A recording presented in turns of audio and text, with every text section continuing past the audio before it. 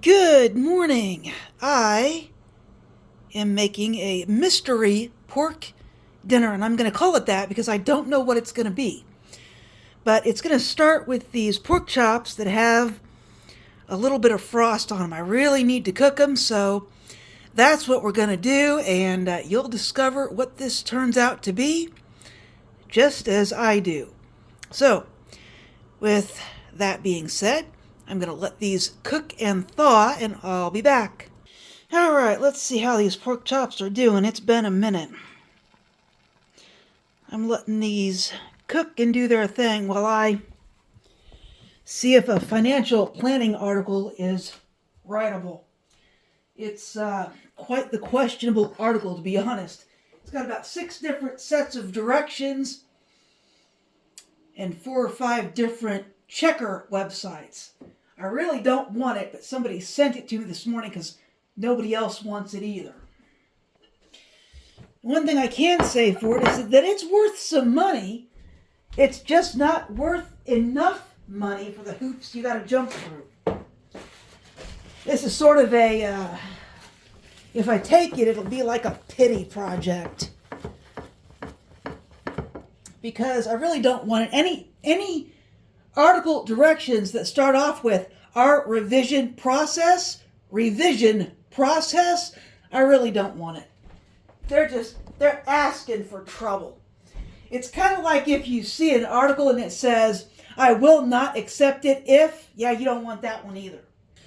So, because it's got all that in it, along with an outline that's probably longer than the word count, and then you have a disclaimer at the bottom, do not go over the word count. But their outline is like for 2,500 words, and they only want 15, so I'm really not hot about it. And honestly, neither is anyone else because they sat in the open order queue, or one of the open order queues, for about 5 days, and nobody took them. And I was slammed. That's why I didn't even look at them until this morning when I saw it pop up in my queue. I thought it was for a different client because I'm waiting on 4 other articles from different clients. They're a little, at least one of them is several days late with their orders, like 3 days late. And the other client should have their stuff to me by the end of the week. So I don't really have a lot of time to screw around with this extra article. But I thought since they're having difficulties finding a writer for it, I'll take a look at it. And I'm taking a look at it while I do this. So I guess the takeaway for this particular thing is, don't make your directions so complicated that you can't find anybody to write it. It's not even a good, payment thing. It should probably pay about $50 more than it does. These pork chops are finally getting done, so I'm going to wash this plate. I'm going to wash a plate and a knife, and I'm going to get these pork chops out and chop them up. Again, this is still a mystery pork chop dinner. I'm not sure what I'm going to do. And I can't decide if I want spicy rice, like I did the other day, or if I want mashed potatoes and gravy, because somebody suggested that my food pantry might have forgotten the mashed potatoes. Well, that's a real possibility, believe it or not. But I have 2 packets of mashed potatoes. One of them is this butter and herbs mashed potatoes, and that's this package that doesn't have anything on it. And the other one is this deluxe baked potato package right here. And both of these would be really, really good with some of that gravy I make all the time. But I can't decide if I want rice or mashed potatoes and gravy. I don't know. All right, let me turn this around and I will start cutting up these pork chops into bite-sized pieces. And why do I do this? Because it is easier to eat. I have tried to cut things on the table I've got in my TV room, and that table is like earthquake table when you try to cut something on it. So most of what I cook, I end up turning it into bite-sized pieces because that's just easier. And this is more of the pork that I bought back in November. We'll say I bought it back in November. Should probably drain that water too, because I'm just going to dump it right back into here. These are, I don't know, it's like pork scraps, I guess. I don't really know how to describe it. But there's a lot of fat on this, and I need to turn on the light. It's plenty bright enough at the sink, just not plenty bright enough where I'm doing my thing. I can't see the fat in the pork, and that's the problem. And there's going to be a lot of fat in this. I guess I could just slice it all up and then just not eat the fat. This particular, the pork that I've got left had 2 things of fat in it. It's usually used for like barbecue. You'd make barbecue out of it. I think this is fat. Yep, this is all fat. Well, it's still a little bit frozen. This probably won't be as much pork as it looks like, because there is a lot of fat. That is some real meat right there. I think that is a real piece of meat. The rest of that is just straight up fat. Yeah, I don't think this is going to be as much meat as I think. Okay, I think this is a boneless pork chop right here. I think. Nope, it's got the fat in the middle. This was the pork that I didn't know what to do with when I saw it on the pork loin. Oops, that sucked. Some of my pork came off. Alright, so that's good. And this is all fat. I don't know. Might have something going on there. Alright. And the last little pork. Oh, this is a boneless pork chop, because here's the fat around the edge. So there were 2 kind of pork roast slices in this, and then 1 boneless pork chop. And I made all this out of the out of a pork loin, a whole pork loin is what I had. And stuff like this tends to last me just, you know, forever. So I am using up the rest of it tonight, even though I don't know what exactly it's going to be yet. That's a little more pork than I thought it would be. I think I need that knife. So I'm going to put this back in here. And I'm going to put some oil in it. I think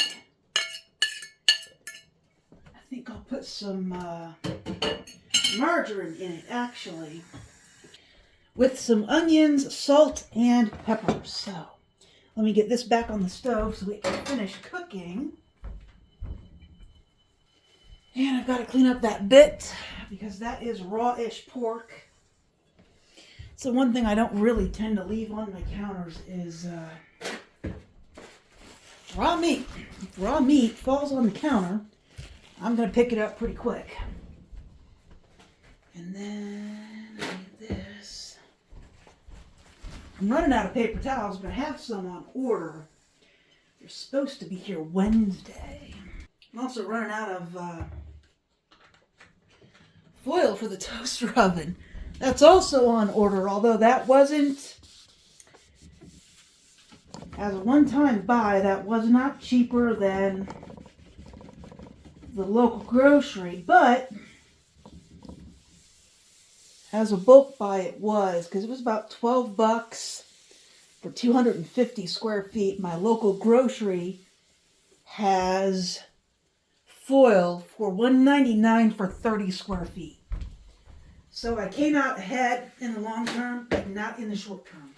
And I think it took me quite a while to go through the last 250 square feet of aluminum foil.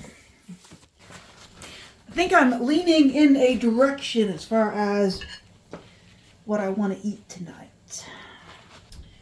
So we got the margarine. This is just a little more tastier than regular vegetable oil. That's the only reason I'm going to put it in here instead of the vegetable oil. Now I want to put some salt and pepper in there. So let's do that. Pepper and salt. Oops. So just a little bit of salt and a little bit of pepper. And I'll leave it like that for a minute. All right, that's where I've got it for now. I'm going to mix that up and see about this article. I'll be back in a minute. You know, that is starting to look really, really good. So I'm going to add a few more spices, most notably this garlic. And let's see, some ginger, I think. Just a little bit. And that might be where I stop. Not sure. Hang tight. All right, I'm going to add just a little bit of thyme and sage to this as well. Just a little bit. Thyme and sage are two spices that you really don't need a whole lot. An itty bitty bit goes a long way. All right, and that's where I'm going to stop it. Might have put a little too much sage in here, but I think it'll be all right. All right, let that cook for a few more minutes. I think the article is doable. I don't like it, but I think it's doable. All right, it's smelling a little crispy. So I want to get it off the fire. I'll turn you around. I'm trying to figure out something and probably left this for a little too long. So what I want to do is put these pork bits on the tray. Carefully. Pork bits and onion on the tray. And I want to stick this in the toaster oven to keep it warm.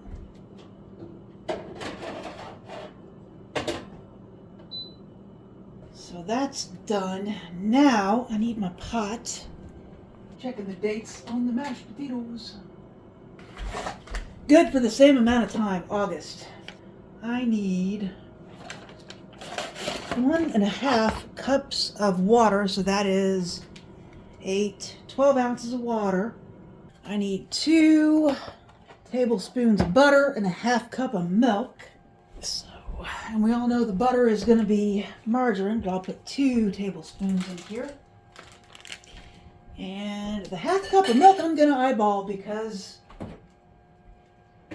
I didn't see it right away. And actually, they want you to put the 1/2 cup of milk in like after you put the thing off the heat, and I don't agree with that. So, and let me show you what the pan looks like.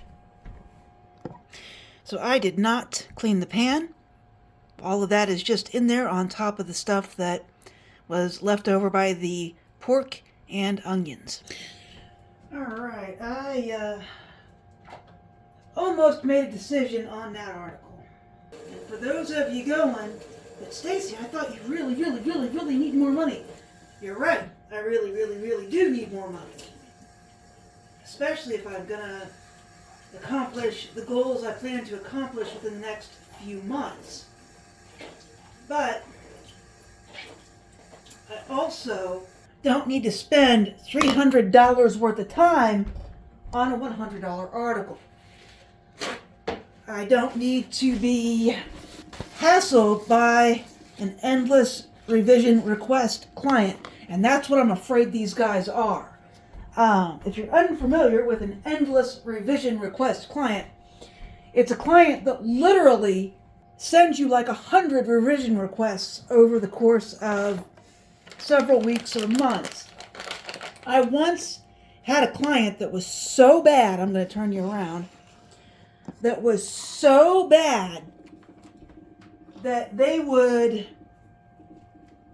I would write the article, they would have 2 weeks to either approve it or send me a revision request. On day 14, with 30 minutes to auto approval, they would send a revision request. And I would do it. And then 2 weeks later, 10 minutes before the auto approve went through, they sent me another revision request. And once that happened, they were outside of their payment window. And it had also been a month since I had done the initial work. I think I actually did the second revision request because it wasn't terrible. It took me like 5 minutes or something. It was really stupid. And 2 weeks later, right before the auto approval, they sent me another revision request. I am not even kidding. I was like, man, this has got to stop. I ended up dropping the article and not getting paid because it had been a month and a half, literally. And you better believe that for a while I made sure they didn't use that content for about 6 months afterwards, because I would have sent them a takedown notice. But anyway, so I'm going to make some gravy. Not a lot of gravy, just a little bit. And my mashed potatoes are off colored because the spices and the onions and all of that was in the bottom of the pan. So the mashed potatoes are not white. And that's fine because, I also want all of that for the gravy, which is why I took the potatoes out and immediately put the butter back in the skillet. Oh, I need the milk. Boy, I need some. I really feel like I didn't get enough stuff last week. This is all the milk that I have left. Thankfully, there'll be another food pantry order Wednesday, which is I've got Tuesday to go through, and then the food pantry should be here by 10 a.m. on Wednesday. But, boy, I've really gone through a lot of milk. I've gone through a lot of eggs this week. And I'm just going to make my white sauce like I always do. I'm just going to put a little salt in here, a little bit, and quite a bit of pepper, because this is pepper gravy, of course. And then I'm not trying to make a whole mess of gravy, but the reason I do the mashed potatoes first is because any leftover mashed potatoes in the pan will blend in with the gravy and help thicken it. So I really only need just a little bit of flour. Whoops. Well, maybe a lot of flour. If you're curious as to how long my pork has been in the warmer, it's been 21 minutes. 21 minutes. So it's cold enough back here that if I'd left it on the counter, it would be cold by the time the mashed potatoes and gravy were done. Okay, I have a little more margarine that I wasn't sure what I was going to do with. And I'll stir this around, melt this butter. And as soon as the butter's melted, I'll start adding the milk. Okay, so we're going to add some milk. And this is 2%, which is fine. It's doesn't expire for 3 days. I'm kind of impressed. But I've really gone through a lot of milk this week. With the rice pudding that I've made and the bread pudding. I've really just made a ton of stuff. And I haven't really made any gravy this week. This will be the first gravy I've made all week. Well, all week including last week, because it's Monday. And how I like to do this, I just like to add just a little bit of milk, and then I like to stir up the flour in it. I am not one of those home chefs that can take a glob of flour, pour in 6 cups of milk, and somehow that flour ends up distributing itself evenly across the milk. I am not one of those chefs, home chefs. I have to do this very gradually, otherwise I will end up with very, very lumpy gravy. In fact, it's trying to lump up now because I really put just a little too much milk in that last thing. But now I'm going to add probably the rest of the milk that I'm going to use in this. That's it. Because I still have to have milk for tomorrow and Wednesday. This means I won't be making any more rice pudding this week. It's very sad. It's a very sad thing. At least I know I'm getting all my calcium. There was a time when I couldn't drink milk. Now I can. It's kind of strange.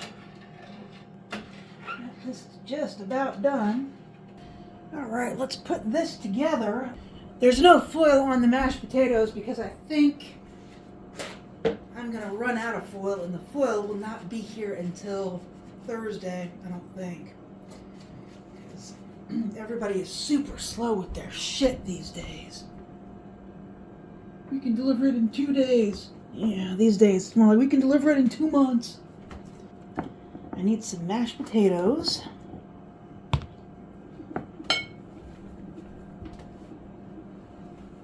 I need my pork, and it was actually in the warmer for 33 minutes, almost 34. Yeah, that pork would have been ice cold had I not put it in that warmer. And this pork looks amazing. It's got the perfect amount of crisp to it, I think. Alright, so we'll put a little pork on there. And we'll get the gravy, which is super, super thick. And lumpy. It accidentally turned out lumpy, that's okay. And you just put the gravy all over all of it. And we'll call this garlic smothered pork over mashed potatoes? Over herbed mashed potatoes? Let's find out if it's any good. Yep, that's excellent. That is excellent. I like that a lot. Alright folks, there it is. If you like this video, please like and subscribe. And I will talk to you later.